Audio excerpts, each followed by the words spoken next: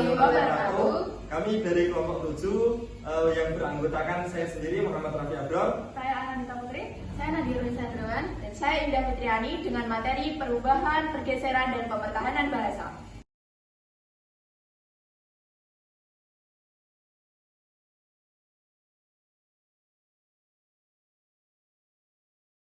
Semua, di sini saya akan menjelaskan materi perubahan bahasa, yaitu yang pertama ada definisi perubahan bahasa, yaitu menurut Poejo Sadarno tahun 2009, perubahan bahasa sangat bermacam-macam. Paling tidak ada dua macam yang bisa diidentifikasikan, yaitu perubahan internal, yaitu yang terjadi pada sistem gramatikalnya atau yang disebut dengan terjadi secara perlahan.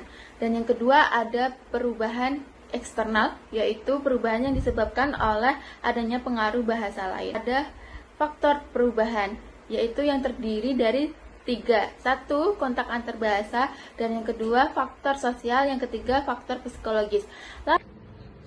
contoh yang pertama pada isi Sumpah Pemuda pada tahun 1928 yang berbunyi, kami putra dan putri Indonesia menjunjung bahasa persatuan bahasa Indonesia. Yang kedua, istilah-istilah gaul. Yang pertama, cangtip, yang dimaksud di sini adalah cantik. Yang kedua, healing, yang dimaksud di sini adalah jalan-jalan. Dan yang ketiga, baper. Baper yang dimaksud di sini adalah bawa perasaan. Terus yang terakhir ada kata mager. Mager yang dimaksud di sini adalah malas bergerak. Nah, selanjutnya ada pergeseran bahasa. Pergeseran bahasa terjadi ketika bahasa yang lama digantikan oleh bahasa yang baru, atau suatu komunitas di mana proses penutur beralih dari berbicara dalam bahasa yang satu ke bahasa yang lain.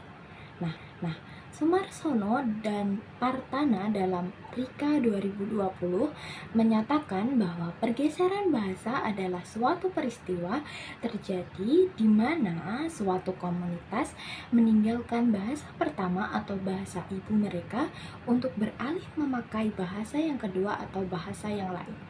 Nah, pergeseran bahasa tentunya dipengaruhi oleh beberapa faktor, yang dimana pertama adalah dominasi bahasa yang lain, seperti kita sekolah di taraf International School yang memang kesehariannya diharuskan menggunakan bahasa internasional untuk menunjang kegiatannya sehari-hari selama di sekolah.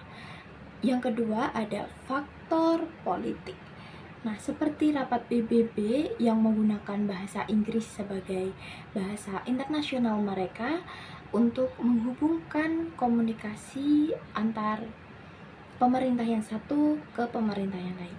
Dan yang ketiga ada faktor ekonomi, yaitu suatu instansi yang memang mengharuskan pekerjanya menggunakan bahasa tertentu.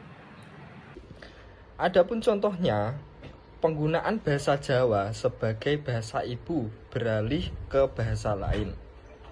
Bahasa Indonesia selamat pagi, adapun di dalam bahasa Jawa adalah sugeng enjing, di dalam bahasa Inggris adalah good morning. Sebelumnya, terima kasih kepada rekan saya, Indah Fitriani, atas penjelasannya.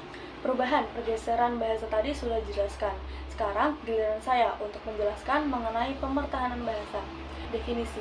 Menurut Nisah, Prasetyah, dan Musdalifah tahun 2020 dalam Kiftian menyatakan bahwa pemertahanan bahasa terjadi pada suatu masyarakat bahasa yang masih terus menggunakan bahasa ibunya pada penggunaan bahasa yang biasanya secara turun-temurun dikuasai oleh penutur bahasa tersebut. Salah satu